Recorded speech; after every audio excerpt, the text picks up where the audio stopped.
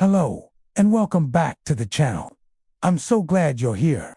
Today, we're re-stepping into a pivotal moment in American history, a time when the young United States stood at a crossroads, torn between expansion and morality, unity and division. It's the year 1820, and the nation is wrestling with a question that will echo through the decades. Can a country built on liberty also tolerate slavery? This is the story of the Missouri Compromise, an uneasy truce that bought America time, but not peace. So grab a cup of coffee, settle in, and let us journey back to a time when the fate of a nation hung in the balance. In the early 19th century, the United States was a land of contradictions.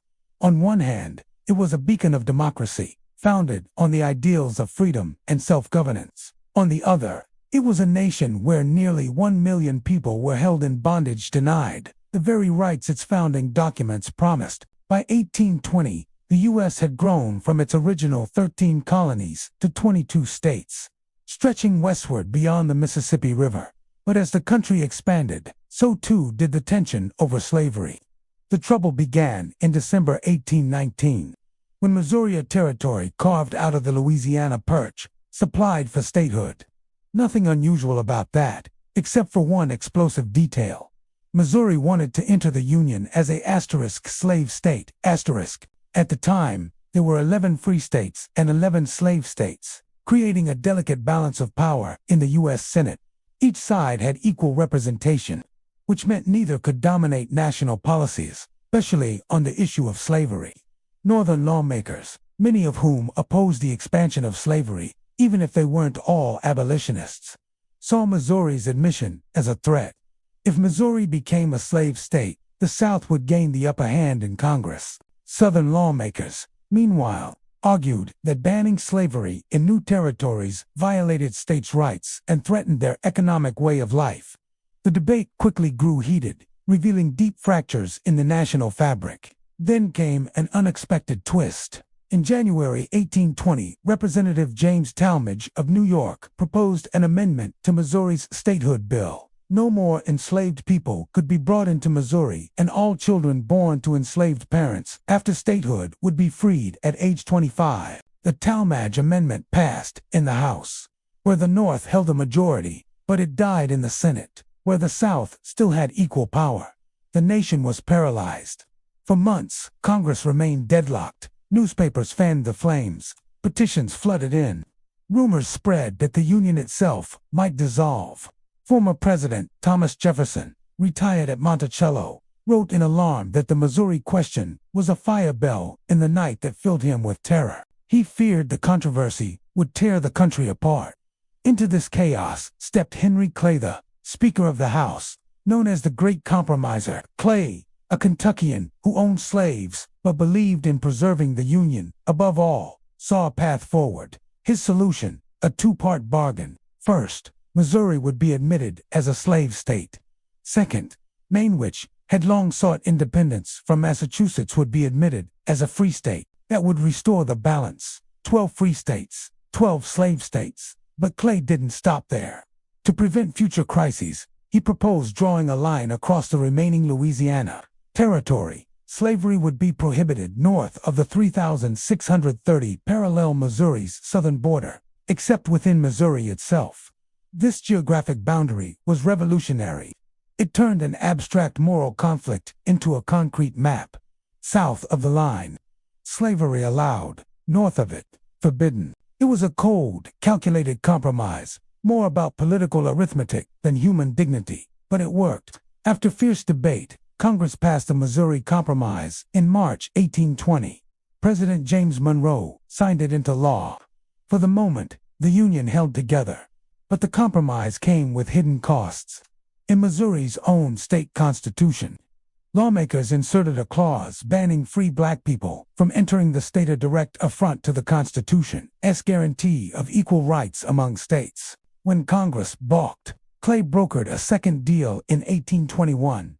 Missouri would be admitted only if it promised never to infringe on the rights of citizens from other states.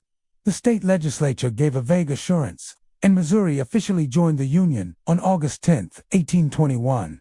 For 3 decades, the Missouri Compromise shaped the map of America. influencing where settlers went, where railroads were built, and where new states formed. It gave the nation breathing room but not resolution.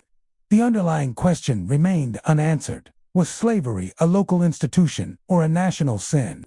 Could democracy coexist with human bondage? The fragile peace finally shattered in 1854 with the Kansas-Nebraska Act, which repealed the 3,630 line and allowed settlers to decide the slavery question for themselves, a policy called popular sovereignty. The result was bloodshed in bleeding Kansas and the rise of a new political force, the Republican Party, dedicated to stopping slavery's spread.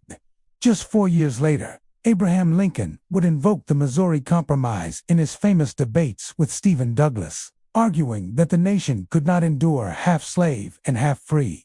And in 1857, the Supreme Court delivered the final blow. In the Dred Scott decision, Chief Justice Roger Taney declared the Missouri Compromise unconstitutional, ruling that Congress had no power to ban slavery in the territories. The court's decision inflamed sectional tensions and pushed the nation closer to civil war. Looking back, the Missouri Compromise was never really about Missouri. It was about whether America could grow without confronting its original sin. It bought time, but time for what? For more enslaved people to be born into chains, for more land to be soaked in injustice, for the moral reckoning to be delayed, not avoided. Yet in its moment, the compromise was hailed as a triumph of statesmanship. Henry Clay was celebrated as a national hero. Politicians patted themselves on the back for saving the Union. But history judges compromises not by their intentions, but by their consequences. And the consequence of the Missouri Compromise was this: it postponed the inevitable. It allowed slavery to entrench itself deeper into American life. And when the reckoning finally came in the form of the Civil War, it was far bloodier and more devastating than anyone in 1820 could have imagined. Still, the Missouri Compromise teaches us something enduring about democracy. It is messy, imperfect, and often morally compromised. It requires negotiation, patience, and sometimes painful concessions. But it also reminds us that some issues cannot be bargained away forever. Justice, once denied, will eventually demand its due. Thank you so much for watching. The story of the Missouri Compromise is more than just a chapter in a history book. It is a mirror reflecting the difficult choices every generation must face when ideals clash with reality. If this story moved you, taught you something new, or sparked your curiosity, please give this video a thumbs up. Share it with someone who loves history, and subscribe for more deep dives into the moments that shaped our world. Don't forget to hit the bell so you never miss a story. And if you'd like to support the channel, consider joining our Patreon community. Your support helps keep these stories alive. Until next time, stay curious, stay thoughtful, and remember, history isn't just about the past, it's about who we choose to become. I'll see you in the next one.